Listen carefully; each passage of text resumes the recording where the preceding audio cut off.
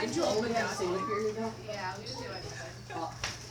We were going over the lab, but there was 3 of us. So, Hey guys. hi. That's gotta be Damn. I wouldn't. So you're an A. No, you're even more than that. Wait, why not just take physics next year? Why would you take them both in the same year? Because if I want to end up taking like AP Bio next year. Oh my. Wait, do they have that class though, like available still? AP Bio? Yeah. I thought there wasn't AP Bio this year. I think There wasn't AP Bio this be a year. 12th. I think it's every other year they have it. I don't Because know. I kind of want to. It depends on what kids want. If kids want more AP Chem, then they'll do AP Chem if kids want. That's a good question. Ask him like when the states like close down my You're good. I got this. All right, let's do this. Hey, Mr. Farley, Yeah, I have a question. yeah. When do like the states close down with the voting?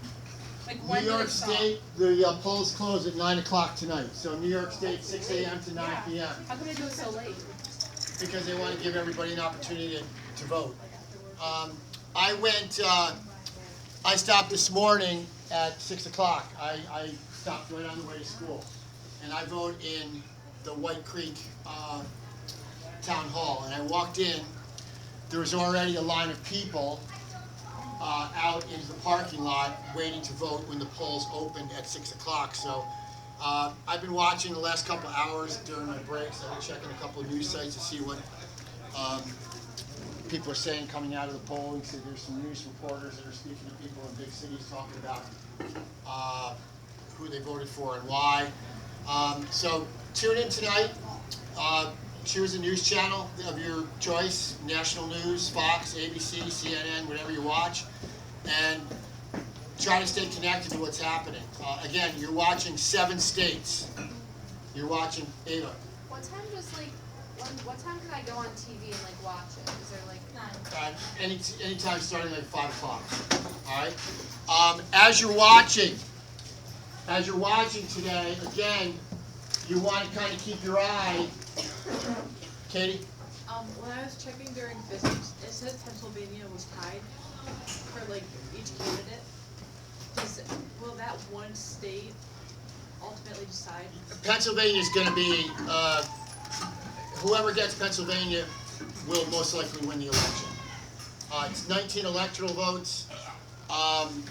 It's close. Trump has a slight lead of about 3/4 of a point in Pennsylvania at the last poll, 3/4 of a percentage point. So the 7 states you want to watch tonight are Pennsylvania, Wisconsin, Michigan, Nevada, Georgia, North Carolina, and Arizona. Okay? Those are the 7 swing states. Now, what swing states mean, these are the states that right now are up in the air. When pollsters poll in any election year, they have a pretty good feel how most states are going to vote based on past states' voting patterns. But every 4 years, your swing states are going to change. And these are the 7 right now that are completely up in the air. 6 of the 7 in the most recent last polling that's available, 6 of the 7 states, Trump has a lead in 6 of the 7 states.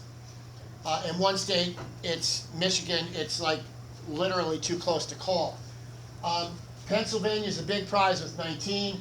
Wisconsin and Michigan are also going to be very important as well. Harris can win. I want you to watch this tonight because this is important. Harris can win the election without Pennsylvania, but she has to win both Wisconsin and Michigan. If Trump wins Pennsylvania and wins one of these 2, it's over. He will be the next president. Wisconsin and Michigan are 2 states that border the Great Lakes. They traditionally vote blue. They traditionally vote Democratic. Trump won both in 2016. He lost both in 2020. So he's trying to get those states back in his column this year. Pennsylvania will be necessary for Harris to win if Trump, if she doesn't win Wisconsin and Michigan. It is impossible, literally impossible, for Harris to win the election if she loses Pennsylvania and she loses both Wisconsin and Michigan. Those 7 states will tell the tale. So you asked the question, which of those states will come in first? Georgia is going to be one of the first states to report. I believe the polls close at 8 o'clock. And Georgia tabulates the votes pretty quickly statewide. So you'll know probably by 8:30 which candidate has won Georgia.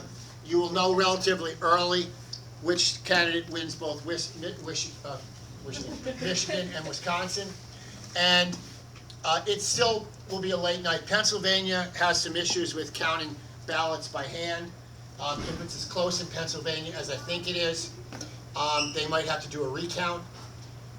If there is if the 2 candidates are within a half a percentage point of each other, the first count is done. The law requires an automatic recount to be done to make sure the results are accurate. So there's a good possibility we won't know Pennsylvania until well after midnight. I'll be awake. I'll be here to report on that for you tomorrow, I promise. All right. This is the, yeah.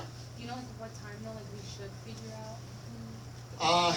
If you're awake, if you get up to pee at 3 in the morning, you might have a feel for who won like 2, 3 in the morning. Yes, This is for Ava for Matt's. Ava, Suttonfold. yes. It's your brother's homework. Okay, thank you. Thank you. Miss Breeze might have a little bit more soon, but I'm not sure yet. Thanks, Ms. B. Thank you. So, if you wake up late, I am not urging you all to stay awake until 3 o'clock. You got a lot on your plate. But if you're up and you want to know, somebody should be declared a winner hopefully by tomorrow morning, early tomorrow morning. So we'll know which one's school. I want to say yes, but there's a possibility you might not know until later in the week, depending on how these other states shake out. That's Yeah. crazy. That's, yeah. It is crazy. We can put a man on the moon, we can send a rover to Mars, but it takes us 4 or 5 days to tabulate election ballots. And what's really pathetic is that some states have it, Florida, for example, has it down to a science. We will know results from Florida. We will know results from Florida within a half an hour of the time that their polls close in Florida. So if they close at 9, you will know who won Florida by probably 9:30, 10 o'clock. And yet other states will lag behind. And also you got to remember too that there are states in other time zones like Alaska and California. Those results are going to come in late. We know who's going to win California though. That's going to be a Harris state. We know who's going to win Alaska. Okay, Alaska will probably be a red state, will be a Trump state. So these are the states, the 7 that are on the board, the ones you want to keep your eye on. If Wisconsin and Michigan go for Trump, go to sleep, because he will have won the election. Or if Wisconsin and Michigan have gone to Harris by the time you go to bed, you can go to sleep. If you're rooting for Harris, you can go to sleep with a pretty good feel that she could win the election if she wins Pennsylvania. She will need Pennsylvania if she doesn't win both of those states, though. Yeah. This is probably gonna be a dumb question, but when do they find out who won? Do they Excuse find me? out with us, like Harris and Trump? Do they find out who wins with us? They find out with us. They do not know ahead of time. Do they stay That's up too all night? stressful. And they will be up all night because, well, if you're saying, one thing I'm just gonna point out right now, the stamina, especially for Trump, that he's exhibited over the last 6 months, his schedule and the number of appearances that he makes, the guy has superhuman strength. He will be up tonight, as will his opponent. The vice president will be up tonight. They're gonna want to know. They're gonna want to know who wins, and they know when we know. But one thing that's happening right now, both campaigns have people on the ground in all these swing states. They have supporters on the ground and they have workers on the ground, and they know as people are exiting the polls, and they know what's happening on the street with people talking to news agencies and people. They have a feel for what's happening. They might not be sharing that right now with people, but both candidates have a feel. As I said yesterday, there's been a pretty substantial momentum shift in the last couple of months toward the Republican candidate. Whether that holds or not, it's going to take us some time to know. I'm excited tonight. Tonight I'll be up all night and I'll be back to report tomorrow. Back to the South. We're going to talk about more today about the unique South. I shared with you yesterday. We didn't get to watch the second author video. We're going to watch that today and we're going to get right into our continuation. Haley, did I give you your quiz back? Okay, good. All right, let's do this.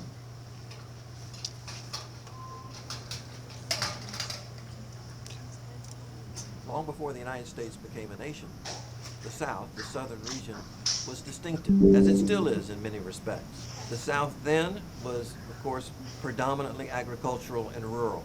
Very few large cities. Charleston was the largest of them all.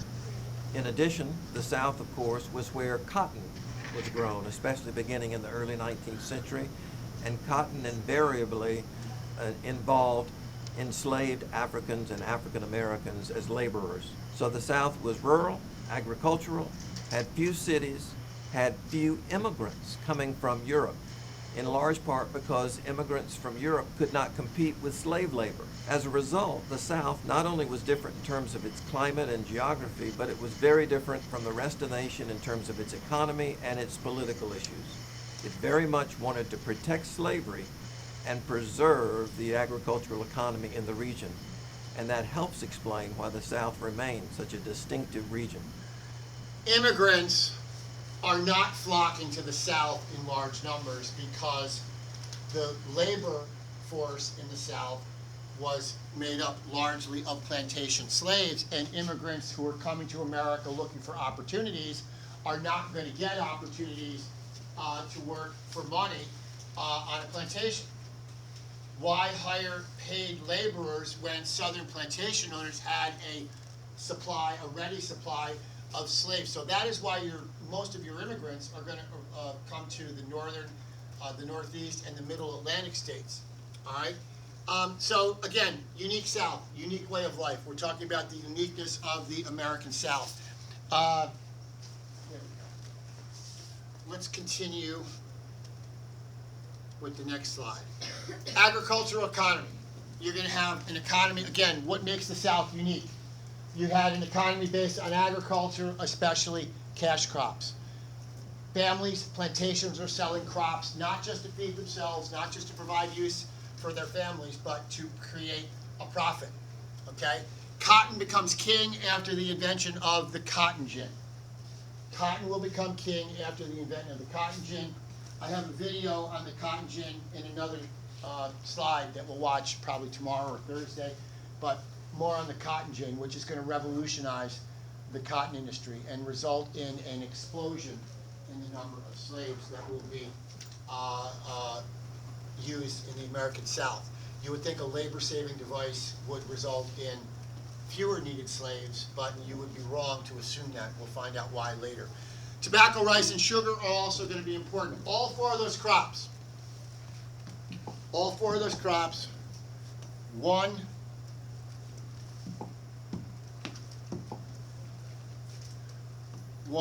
two, three, and four, all four of those require the climate that the South provides in order to grow. And this is why all four of those crops will be grown there and grown specifically in the American South. You can't grow cotton, you can't grow tobacco, you can't grow rice, and you can't grow sugarcane in northern climates. This is why the southern economy is going to be so based on agriculture. All right? So we got an agricultural economy making the South unique. What else makes the South unique? What else makes the South unique? You've got the slave system, reliance on slave labor for this plantation economy. Again, plantation economy, there's agriculture in the northern states, there's agriculture in the middle Atlantic states, New York, New Jersey, Pennsylvania, and Delaware.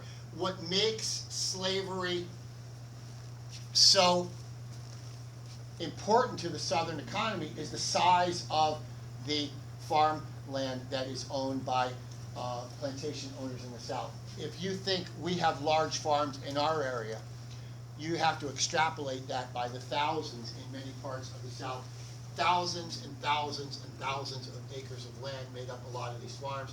and a lot of these plantations had upwards of 5, 6, sometimes 7, 800 slaves working on one plantation. Slavery became increasingly concentrated in the South because of the availability and the suitability of farmland. It created a distinct social hierarchy. Now, I'm going to say something today that you probably recognize, and you probably have heard this before. Most whites in the South did not own slaves.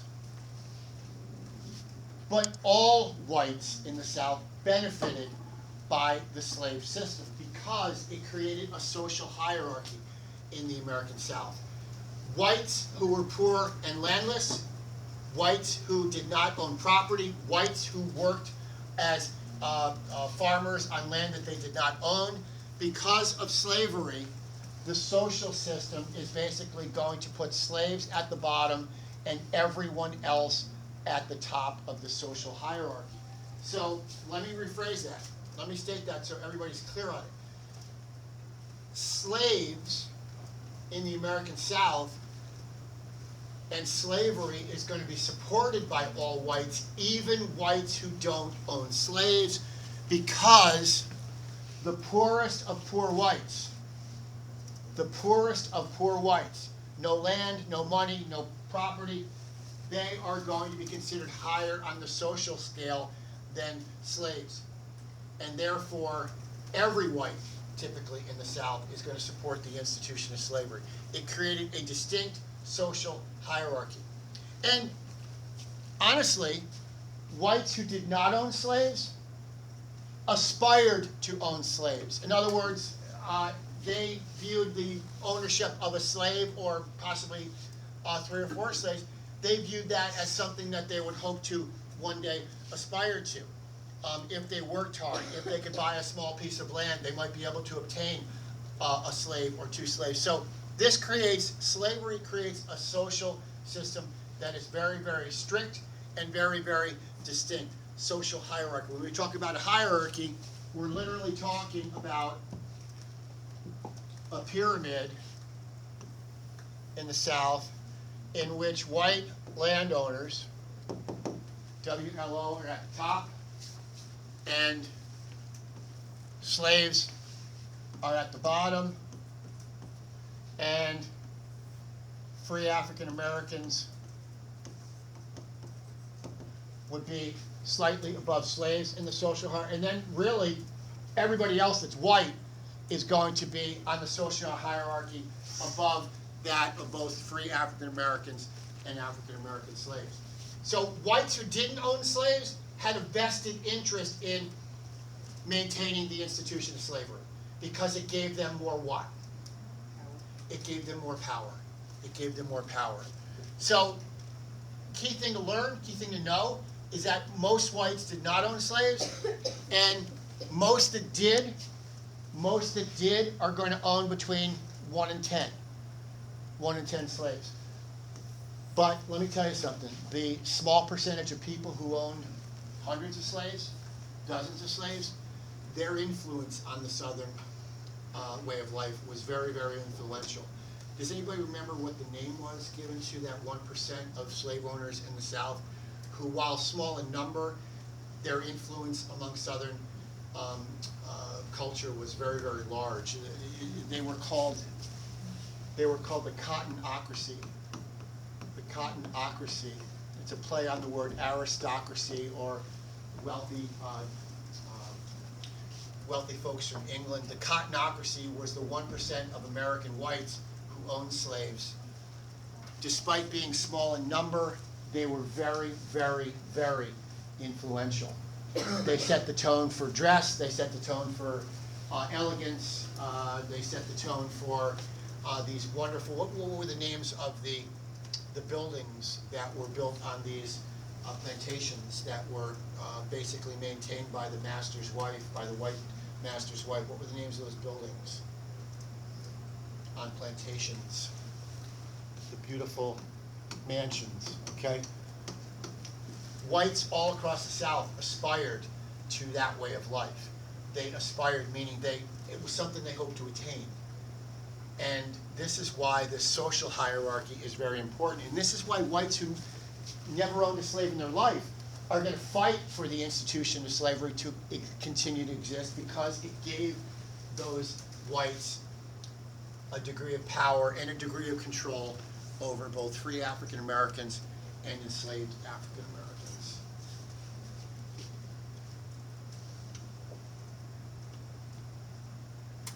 Anybody else? Question? Comments? All right, let's go to the next one. Social structure in the South. Plantation owners are at the top of the hierarchy. You will hear the term planter used on occasion, okay? When I use the word planter, or when you read about the term planter, you are quite literally talking about a plantation owner, okay? A plantation owner was a planter. They were at the top of the social hierarchy, small farmers and laborers in the middle, and enslaved African Americans at the bottom, enslaved people at the bottom. That was the social structure. Plantation owners at the top, small farmers and laborers in the middle, and enslaved people at the bottom. This was the social structure in the American South during this period we're talking. Again, we're talking about the American South between the years 1800 to 1860. Okay? We're talking about the period of time between 1800 and 1860. 60-year period.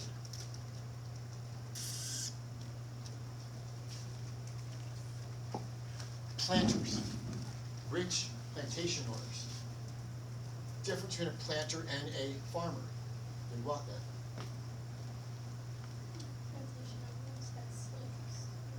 Plantation owners owned the slaves and typically relied on them to do the work. A farmer is somebody who might be one of those white guys or free African Americans in the middle class who own their own land and they're doing their own what?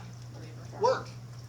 Also, important to note, if you were a slave owner and a white slave owner and you had 1 or 2 slaves and didn't own a large plantation, it would be very, very common for slave owner whites who own small numbers to be out in the field working alongside their slaves on doing the same tasks, doing the same jobs during the course of the day. Many whites who owned slaves, if you were fortunate enough as a white person to own a slave, if you only owned one or a couple, you did not have the luxury of delegating all the work to your slaves. You had to be out there in the fields and you had to be doing the work along with them. Again, they aspired to be at a point where they could emulate that part of Southern society that had dozens or even hundreds of slaves. And there were plenty of, when we talk about this period, 1800 to 1860, nearly all of America's millionaires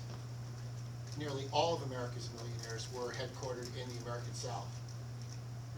You think about big business and industry in the North, but most of the millionaires were landowners, plantation owners in the South. Okay? Palin. People who owned a lot of different slaves and that had a good amount of them, did they treat them fair? No. Kind of did they give them new clothes every We're going to look at how slaves were treated on the plantation, and to answer your question, the brief answer is it would depend on the slave owner. Some slave owners were kinder to their slaves than others. Some slave owners were more just or more fair. But what you need to understand is regardless of how fair or kind or decent some slaveholders were compared to how harsh and how nasty other slaveholders were, being a slave, regardless of how nice you are to a slave, being a slave was a relationship in which one person or one group held all the power and the other person had no power.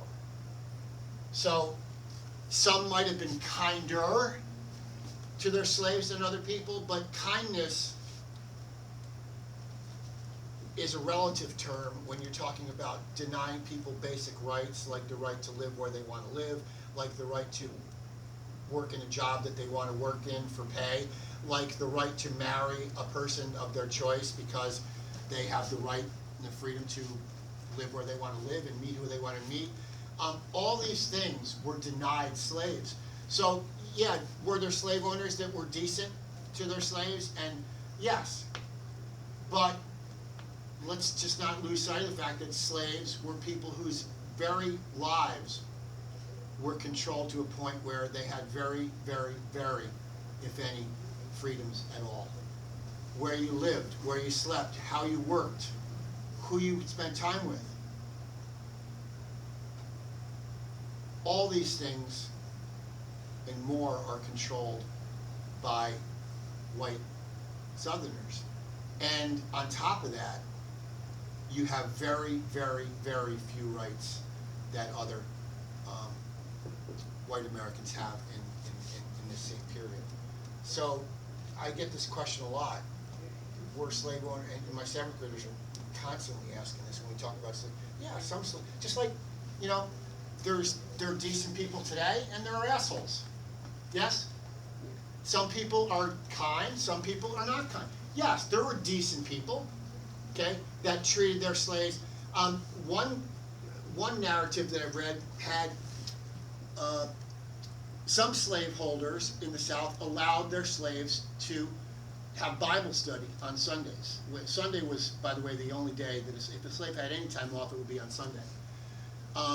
If a slave participated in Bible study because the master allowed it to happen on the plantation, that was a blessing in a lot of ways, because what slave code is really being violated by allowing a slave to participate in Bible study? What'd you say? What was largely restricted on a slave's part that would be absolutely vital in Bible study? Learning how to read, yeah. Slaves were, reading was a slave code that was very rarely, very rare, if ever, violated. To allow a slave to read and allow a slave to learn how to read and write was taboo. And yet, some slaveholders, especially the mistresses of the household, the women, some slaveholders would go out of their way to allow slaves shreds of humanity. And I'll say the word shreds because they're basically giving the slave the freedom, for example, to study the Bible, or the freedom to spend time with their loved ones on Sunday.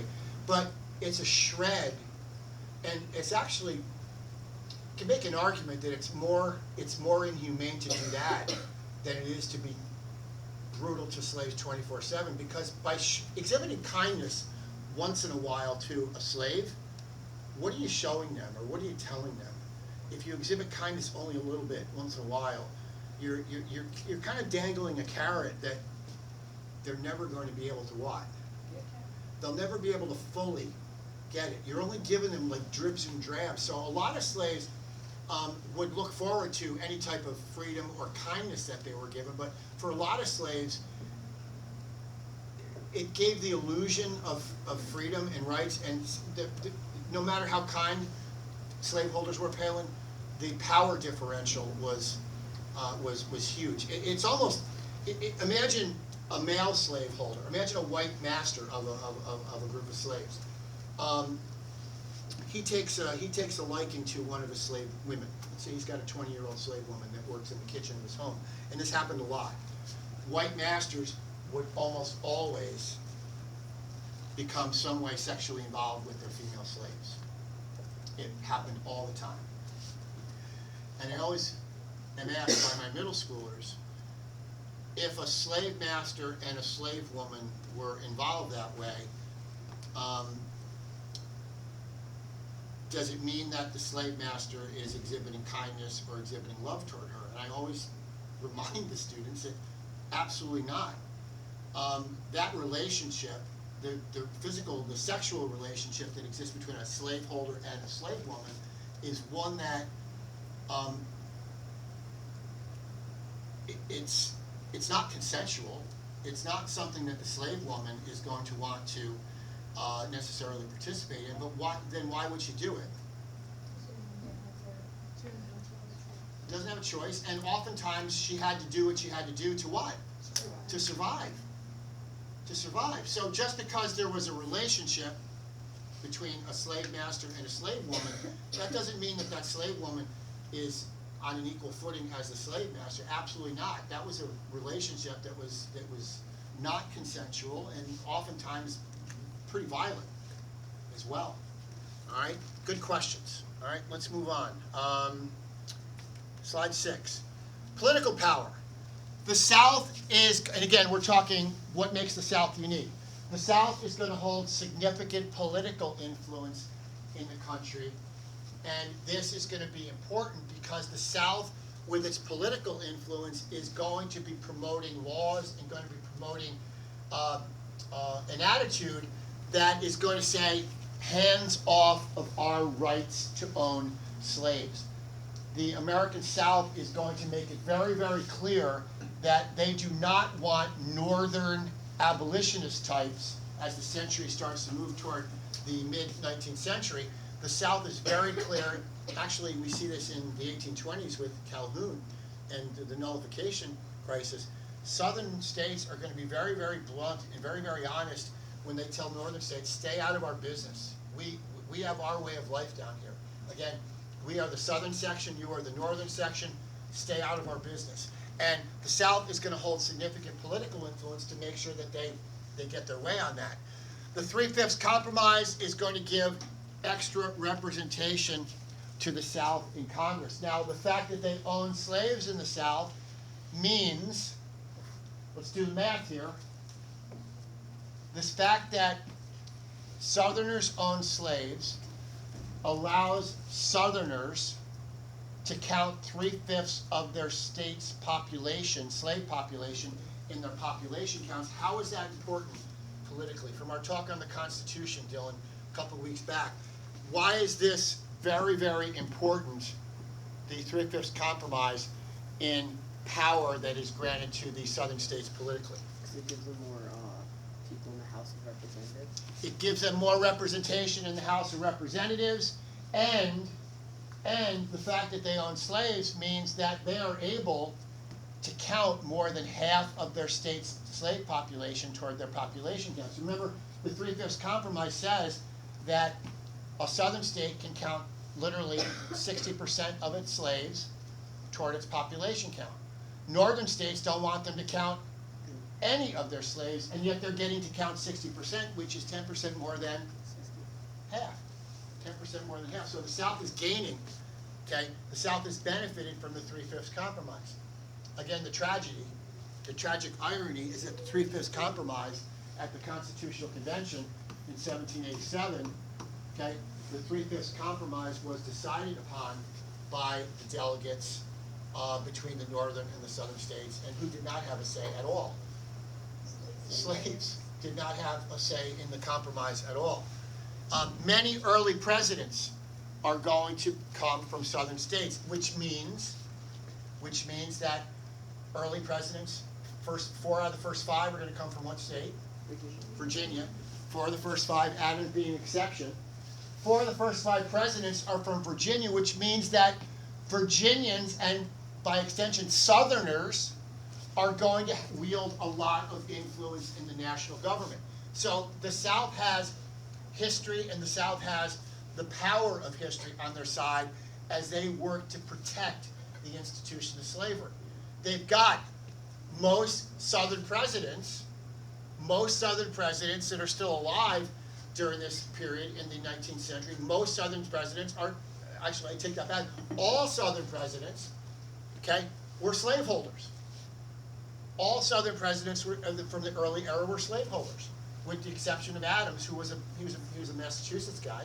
Okay, but 4 of the first 5 were from Virginia, and every one of them owned more than 10 slaves. So political power is going to be wielded by the South. Despite being agricultural, despite being rural, despite not having a lot of industry and manufacturing, the South is going to hold its fair share of political power. All right, and this is important. They're very influential in Congress, especially the House of Representatives, because what they lack in industry, what they lack in manufacturing, they make up for in slaves, which they can count toward their population count, toward their representation in Congress. Does everybody understand that? If slaveholders at the Constitutional Convention, if Southern states at the convention in 1787 were not allowed to count slaves in their population counts, slavery would have ended a lot sooner than it does in 1865 because they would not have had the political clout, they would not have had the political power to continue slavery without the representation that they had in the House of Representatives to continue it. So real important on that front. We go until what, 2:15? All right, I got detention tonight, so I want to keep you guys here as long as I can. I got middle school detention. And you're going to make your quiz up tonight? All right. Yeah, I do have a question. go. I know that the slaves weren't at the Congress or whatever but did they know that a majority of them were being used to get extra representation? Absolutely. Absolutely. And if they didn't know, there were plenty of educated slaves who were sharing the information. Look, I'm gonna say something here, and it's important to realize it. Oftentimes we equate formal education with intelligence. We, as human beings in 2024, we make judgments about people day in and day out based on their level of formal education. I'm here to tell you that despite not having formal education, slaves were as in tune and as in touch with what was going on in their lives as any group in the country. So they fully recognized that slaves absolutely recognized when they heard about the Constitutional Convention and the 3/5 Compromise, they knew that they were being used as political pawns on a chessboard and that their numbers, they were the first people to point out the hypocrisy. What is the hypocrisy, Katie, in counting a slave in a population count? What's the hypocrisy in counting a slave toward a state's population count, but not affording any of those slaves rights in those states? What's the hypocrisy there? Anyone, Kate, doesn't have to be Katie. What's the hypocrisy in saying, I'm Governor John C. Calhoun from South Carolina. I want to count every damn slave in state's population count, and yet I'm doing what to them as citizens? If you're not treating them like human beings, if you're treating them like property, and you're not providing them rights, and you're not giving them the same opportunities, why in the world, other than wanting political power, why in the world are whites so gung-ho in the South of counting slaves toward their population count? They want to count slaves because it's going to give them more political power. It's going to give them, it's not because they have a kind heart, they want to extend rights and privileges to African American slaves. No, hell no. They want to count slaves in their population count so they can compete with the North, and they don't have to worry about the North having control over them, political control over them, due to their larger numbers. Remember, there's no large cities in the South. Outside of Charleston, South Carolina, there's very few large cities in the South. And if there's very few large cities in the South and very few large population centers, without counting slaves in their population counts, even 60%, even 3 out of 5, Southern politics would have been doomed long before the Civil War erupts in 1861. Southern politics, slavery would have ended long before 65. But because the South was able to get the 3/5 Compromise at the Constitutional Convention, and they're able to count slaves toward their population counts, they're able to get those extra members in the House of Representatives, which allows them to have political power, not so much to overturn legislation by the North, but to basically be kind of a veto, have like a veto over Northern initiatives because of their numbers in the House of Representatives. Good question, all right? Many presidents, we said, come from slave states, 4 of the first 5, all right, including our first president, George Washington. I have a 7th grade girl who loves George Washington. I'll ask you this, if I'm repeating myself, okay? You're welcome to answer if I'm repeating myself. She's rolling her eyes like she's heard this before. So here's what I'm going to say. I have a 7th grade girl who loves Washington. I told I asked this girl a bonus question on a quiz this year. I said, Olivia, tell me, what did George Washington instruct his wife Martha to do on his deathbed, Christmas 1799? Free his slaves. Free his slaves. The only president, only slave-holding president to grant freedom to his slaves on his deathbed. The only president to do that, which suggests to me, at least, that in his heart, Washington had serious what about slavery?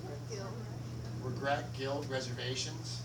If I'm telling my wife to free my slaves when I'm about to die, I'm saying that part of me believes that slavery was wrong, or that these people are not property, they are indeed human beings. And in Washington it's amazing what decisions people will make when faced at the end of their lives.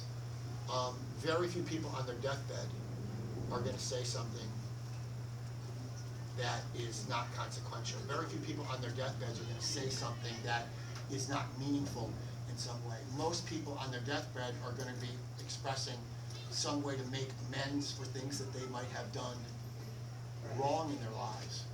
And I think Washington wanted to do that. Let's see what we got for tomorrow. We're going to pick up with cultural distinctiveness tomorrow. We'll stop there.